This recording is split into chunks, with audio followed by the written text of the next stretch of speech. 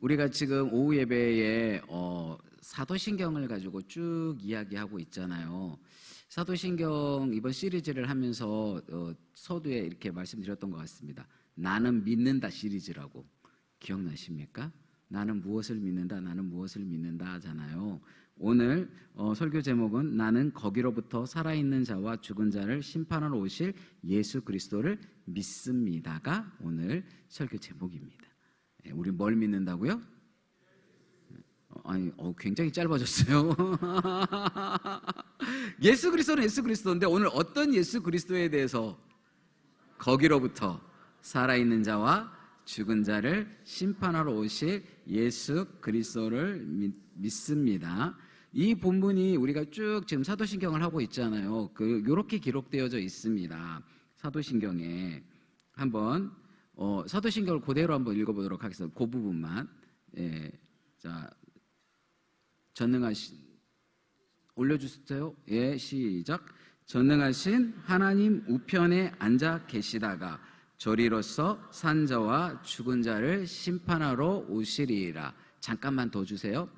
여기 보면 저리로서라고 그랬잖아요. 여러분 저리로서가 무슨 뜻인지 아세요? 제가 초신자 때 사도신경을 외우라 그래갖고 외우긴 했는데 다른 건 좀 어느 정도 이해가 돼요. 근데 도대체 저리로서가 뭐지? 이 저리로서라는 단어를 써본 적이 없는데 저리로서라고 써져 있는 거예요. 도대체 이게 뭐야? 가지고 근데 이걸 물어보기가 너무 창피한 거예요. 그래갖고 안 물어보다가 나중에 알았어요. 이 저리로서가 뭐죠? 거기로부터. 그럼 거기는 어디예요? 여기 파란색 글씨 한번 읽어보겠습니다. 시작. 하느님 우편에 앉아 계시다가 거기로부터 오신다는 뜻이었어요. 제가 나중에 이거를요 깨닫고요 얼마나 행복했는지 모르겠습니다. 그래 마음껏 사도신경을 읊었어요. 사도신경을 할 때마다 이게 나한테 갈등인 거야. 사도신경을 할 때마다 이게 도대체 뭔 뜻인지 알지는 못하겠는데 신앙으로 고백하라고 그러니까 고백은 하고 났는데 이게 뭔 뜻인지 모르는 거예요. 가르쳐주는 사람은 아무도 없고 게다가 이 사도신경이 옛날에 번역돼 가지고 이게 요즘 쓰는 단어가 아닌 거예요. 근데 나중에 알았어요. 혹시 여기 계신 분들 중에 저와 같은 분이 계셨다면 아하 하시기 바랍니다. 오늘 이 예수님이 저리로서 다시 오신다고 말씀하셨습니다. 다시 오실 때는 어떤 모습으로 오실까요? 의로운 재판장의 모습으로 오게 되시는 줄로 믿습니다. 그리고 우리는 그 재판장의 심판대 앞에 서게 될 거라고 고린도후서 5장 10절에 이렇게 말하고 있습니다. 함께 읽겠습니다. 이는 우리가 다 반드시 그리스도의 심판대 앞에 나타나게 되어 각각 선악간에 그 몸으로 행한 것을 따라 받으려 함이라. 하나님 예수님께서 다시 오실 때는 뭘로 와요? 심판주로 오시는데 어떻게 하시겠다요? 각각 선악간에. 그걸 어떻게 구별하느냐? 오늘 본문은 이렇게 말하고 있습니다. 마태복음 25장 31절과 32절은 이렇게 말하고 있습니다. 함께 읽겠습니다. 인자가 자기 영광으로 모든 천사와 함께 올 때에 자기 영광의 보좌에 앉으리니 모든 민족을 그 앞에 모으고 각각 구분하기를 목자가 양과 염소를 구분하는 것 같이 하여. 그러니까 주님이 다시 오실 때 우리는 다 심판대 앞에 설 거고 그것을 구별해낸대요. 뭘로? 양으로 염소로 이렇게 구별해낸다고 말하고 있습니다. 그런데 그 예수님이 다시 오실 때의 모습을 우리는 어떻게 상상해 볼 수 있을까? 무엇을 보면 알 수 있냐면 예수님의 초림의 때의 모습을 보면 알 수 있어요. 예수님이 처음 이 땅에 오실 때 사람의 모습으로 말구유에 나셨을 때 그때 여러분 모습이 어땠나요? 예수님의 오심을 사람들이 좋아했던가요? 아니 사람들이 그걸 인지는 하던가요? 오히려 여러분 잘 아시겠지만 동방 박사들이 별을 보고 쫓아왔어요. 그죠? 따라왔어. 그런데 왕궁에 가도 아무도 모르는 거예요. 그런데 누가 알았어요? 성경 박사들이 그걸 알아냈어요. 어디에서? 작은 마을 베들레헴에서 나실 거라고요. 그 놀라운 성경의 진리를 깨닫고 나니까 놀라운 일이 일어나던가요? 아니요. 아무도 경배하러 가는 자가 없었어요. 오히려 왕은 뭐 하고 싶어 했어요? 죽이려고 했어요. 아무도 환영하지 않았어요. 그분의 오심에 대해서 기대하지도 않았고, 하물며 성경 박사들은 성경을 연구해서 그것이 어디에 기록되어져 있고 그 뜻이 무엇이라고 다 밝힐 정도로 와, 대단한 박사들이죠. 그런데 그들은 어떻게 했어요? 또 그게 뭐 어쩌다고? 나보고 어떻게 하라는 거지? 그건 그거고 나는 나잖아? 여전히 자기들이 살아온 방식대로 살아가는 거예요. 하물며 종교 지도자들은 뭐예요? 여전히 하나님을 섬기는 모습으로 살아요. 지금까지 살았던 방법으로. 누가 오셨는데? 하나님이 오셨는데, 사람의 모습을 입고 오셨는데 그 하나님은 맞이하지 않고 그냥 자기가 생각하는 방식대로 여전히 그렇게 살아가고 있는 거예요. 어쩌면 이 초림 때의 모습이 재림 때의 모습을 미리 보여주는 것일 수도 있을 것 같습니다. 여러분은 어떻습니까? 여러분은 예수님이 다시 오심에 대해서 준비된 모습을 갖고 계십니까? 우리는 어떻게 준비해야 될까요? 그것이 마태복음 22장에 나오는 혼인잔치의 비유를 보면 알 수 있습니다. 한 임금이 아들의 혼인잔치를 준비합니다. 그리고 많은 사람들을 초청하죠. 그들을 다 불러 모아요. 차인들을 시켜서 오라고 미리 초청장을 다 줬어요. 언제 몇 월 며칠에 이거 할 거니까 당신들을 초청합니다. 여기에 오세요 하고 초청했어요. 근데 다 안 오는 거예요. 다 핑계를 대고 아무도 안 와요. 하물며 다시 보냈던 종들을 뭐예요? 없이 여겨요. 그러니까 임금이 어떻게 했냐면 군대를 가져다가 싹 쳐버려요. 그리고는 다시 종들에게 말해요. 내가 이 잔치를 위해서 미리 초청하지 않았지만 너희들은 지금 가서 온 길거리에 나가서 사람들을 다 불러 모아라. 상관없다. 자격 없어도 되니 어떤 자격을 가졌던 상관없으니 다 불러 모아라. 다 불러 모으는 거예요. 그리고 혼인잔치는 시작되어졌어요. 그런데 다른 사람들은 다 똑같은 옷을 입고 있는데 딱 한 사람만 색다른 옷을 입고 있었어요. 왜 모든 사람은 같은 옷을 입고 있었느냐? 그것은 바로 주인이 예비한 예복을 입었기 때문이에요. 예복. 예. 이 당시 팔레스타인 지역에서 잔치를 할 때 주인이 잔치에 맞는 예복을 준비하는 게 예법이었어요. 그러니까 내가 준비하는 게 아니라 누가 준비하는 거라고요? 주인이 준비하는 거예요. 주인이 이것을 준비하고 참여하는 사람은 주인이 준 예복을 입는 게 예법이었어요. 그런데 거기에 참여한 모든 사람은 다 무엇을 입었어요? 주인이 예비한 예복을 입었어요. 근데 딱 한 사람만 자기 생각에 자기 옷이 더 좋아 보였는지 멋져 보였는지 모르지만 그 예복을 입지 않았어요. 그러자 주인이 그 모습을 보고, 임금이 그 모습을 보고 어떻게 해요? 그를 쫓아내버려요. 성경에 보니까 그가 밖에서 슬피 울며 이를 갈았다고 말하고 있어요. 이 모습을 우리는 비춰봤을 때 주님은 뭐 할 거예요? 우리에게 이와 같은 것들을 미리 말씀하고 계세요. 이사야 64장 6절에 보니까 이렇게 말해요. 함께 읽겠습니다. 무릇 우리는 다 부정한 자 같아서 우리의 의는 다 더러운 옷 같으며 그랬어요. 저와 여러분이 좀 선한 것, 다른 사람들에게 잘 대하는 것 하는 내가 의라고 여겼던 그 의를 하나님은 뭐라고 말씀하고 계세요? 더럽다라고 표현해요.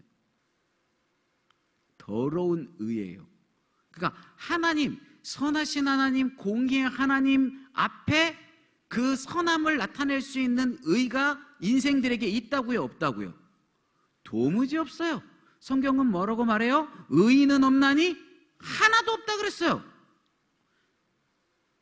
하나도 없어. 다 죄인이에요.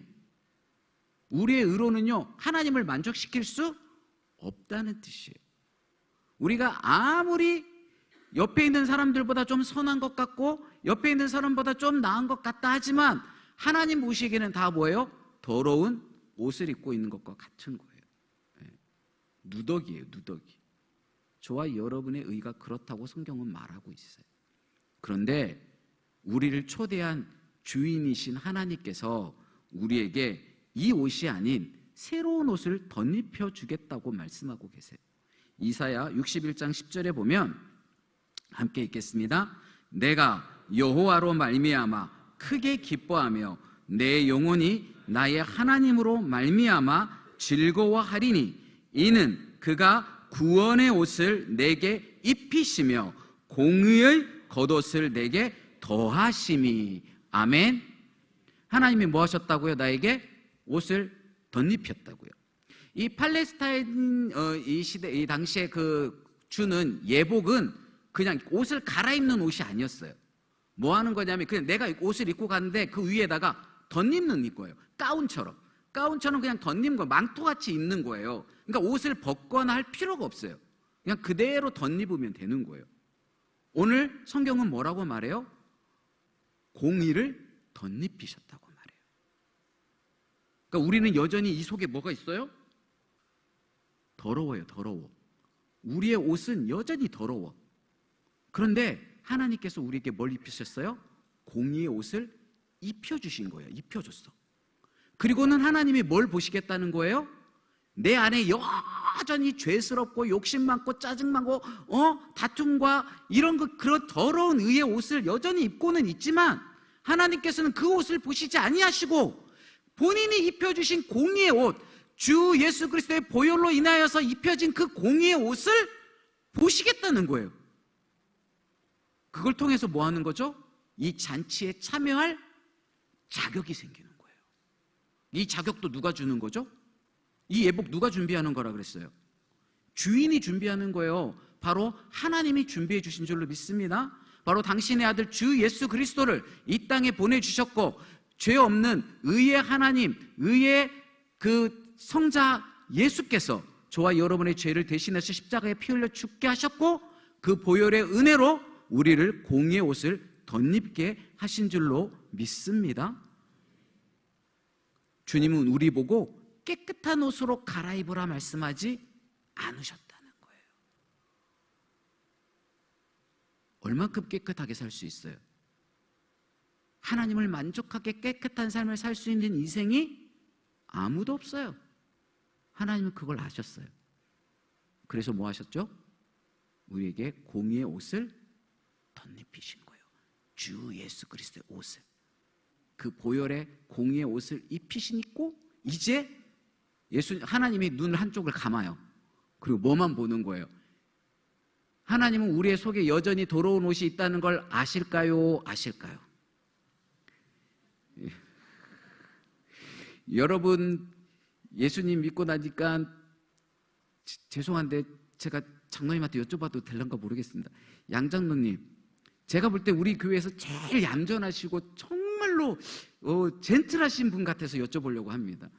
장로님 지금 신앙의 연륜이 얼마나 되셨죠? 한 50년 되셨습니까? 50년. 그러니까 장로님 거룩하게 사시죠?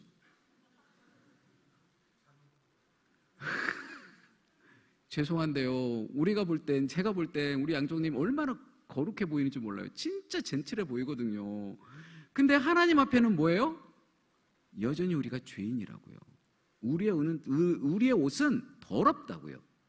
그런데 이 더러운 옷을 보지 않으시고 뭐 하시겠다고요? 당신이 준비하신 그 예복을 우리에게 딱 입혀주시고 그 예수 그리스도의 보혈의 그 공의의 옷으로 나를 뭐 해주는 거예요? 심판하는 거예요. 그걸 기준으로 심판을 하는 거예요. 그러니 우리는 뭐 하는 거예요? 하나님의 의를 만족시키는 줄로 믿습니다. 무엇으로 말미암아? 하나님이 주시는 그 공의의 옷. 근데 이 공의의 옷은 무엇으로 얻을 수 있어요? 오직 믿음으로 얻게 되어지는 줄로 믿습니다. 우리가 노력하는 게 아니에요. 우리 힘으로 얻어지는 게 아니에요. 무엇으로만 이 공의의 옷을 입을 수 있어요? 믿음으로만 얻게 되어지는 줄로 믿습니다.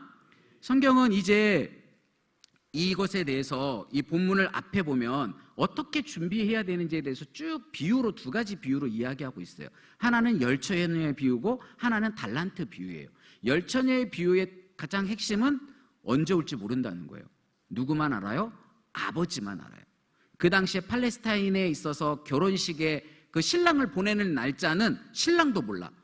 누가 정하냐면 아버지가 정하는, 신랑 아버지가 정하게 돼 있어요. 아무도 몰라요. 어느 날 갑자기 신랑 아버지가 오늘이다 그러면 신랑 벌떡 일어나가지고 가야 되는 게 그 당시에 이스라엘 결혼식 문화예요. 예. 아무도 모른다는 거예요. 두 번째, 달란트 비유는 뭐예요? 하나님이 우리에게 뭔가를 맡겼다는 거예요. 그런데 얼만큼을 맡겼을까요? 아무도 모르잖아. 그런데 제일 조금 맡긴 사람에게 얼만큼 맡겼죠? 1달란트. 여러분, 근데 1달란트가 얼만큼인지 아세요? 쉽게 말하면 이렇게 할 수 있어요. 금으로 딱 요 성경책 크기만 해요. 금땡이 1달란트가 이만큼이야.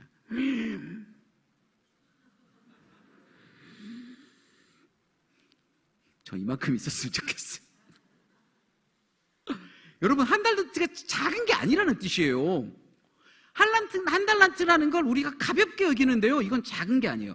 이 1달란트가 그 당시에 노동자가 20년 동안 아무것도 안 먹고 오직 자기의 그 임금을 싹 20년 동안 모은 것이 1달란트 정도 되는 거예요. 20년을 뼈 빠지게 일해가지고. 1달란트가 적은 돈이 아닙니다. 그런데 하나님은 뭐예요? 이걸로 공짜로 맡겼어. 그럼 뭐 하기만 하면 돼? 목적은 뭐예요? 달란트를 주신 목적이 뭘까요? 가끔가다 이렇게 말하는 분들이 있어요. 남기는 거예요. 죄송한데 절대 아닙니다. 저와 여러분이 얼마큼 하면 남길 수 있겠어요? 주님이 원하는 건 달란트를 맡겼으니 뭐 하면 돼요? 남기기 위해서 충성되게 하는 거예요. 내 남기려고 했는데 쫄딱 망했어요. 그러면 주님이 다시 오실 때 뭐라고 하셨을까요? 잘하였다, 충성된 종아, 네가 오늘 나와 함께 이 잔치에 참여하게 되리라. 이렇게 말씀하실 줄로 믿습니다. 그러니 여러분, 주의 일에 봉사는요, 나는 안 돼요, 나는 못해요, 나는 연약해요, 나는 부족해요 라고 말할 수 있는 인생이 있다 없다? 아무도 없는 줄로 믿습니다. 그러니 이제 어떤 목사님이 찾아가가지고 이번에 순장 좀 해주세요, 부순장 좀 해주세요. 그럼 뭐라 그래야 돼요? 아이고 감사합니다 하시면 됩니다. 자, 한번 해보겠습니다. 시작. 제가 언제 그랬어요? 박수같이 쳐야지. 자, 시작. 믿음대로 될지어다. 주님이 여러분을 써주고 싶대요.